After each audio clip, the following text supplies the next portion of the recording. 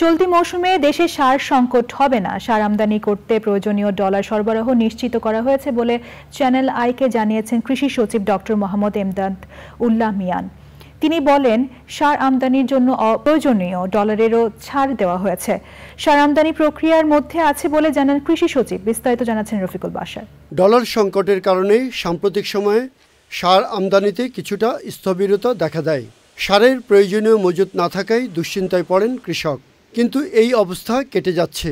প্রায় 12 লক্ষ metric ton সার আমাদের নন ইউরিয়া মজুত রয়েছে, যেটা আমাদের এখন অনগোয়িং, প্লাস হচ্ছে আমরা আপকামিং যেগুলো রয়েছে সেগুলো মিলাইলে আমি কোনো সারের সংকট দেখছি না। কৃষিকে সর্বোচ্চ গুরুত্ব দিয়ে সার আমদানিতে কয়েকটি দেশের কাছে যে বকেয়া ছিল তা প্রায় সব শোধ করার উদ্যোগ নিয়েছে অন্তর্বর্তী সরকার। সেপ্টেম্বর মাসে গত 12 দিনে প্রায় $165 মিলিয়ন বা প্রায় 20,000 কোটি টাকা দেনা শোধ করা হয়েছে।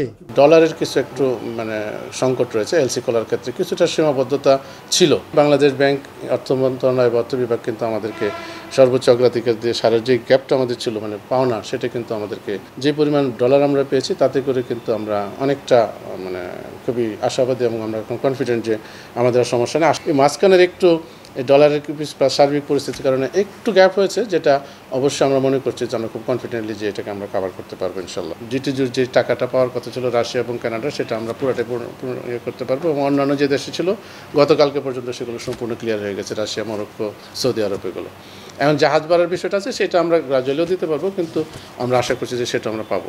বেসরকারিভাবে সার আমদানিতে ঋণপত্র খুলতে সমস্যা হবে না বলে জানান কৃষি সচিব। এখানে আমরা বেশ কয়েকটা দেশ থেকে এই আমাদের যে নন ইউরিয়া সার সেগুলো আমরা সংগ্রহ করি, যেমন সৌদি আরব, মরক্কো, চীন, তিউনিসিয়া, কানাডা, এইসব দেশ থেকে আমরা এগুলো এনে থাকি।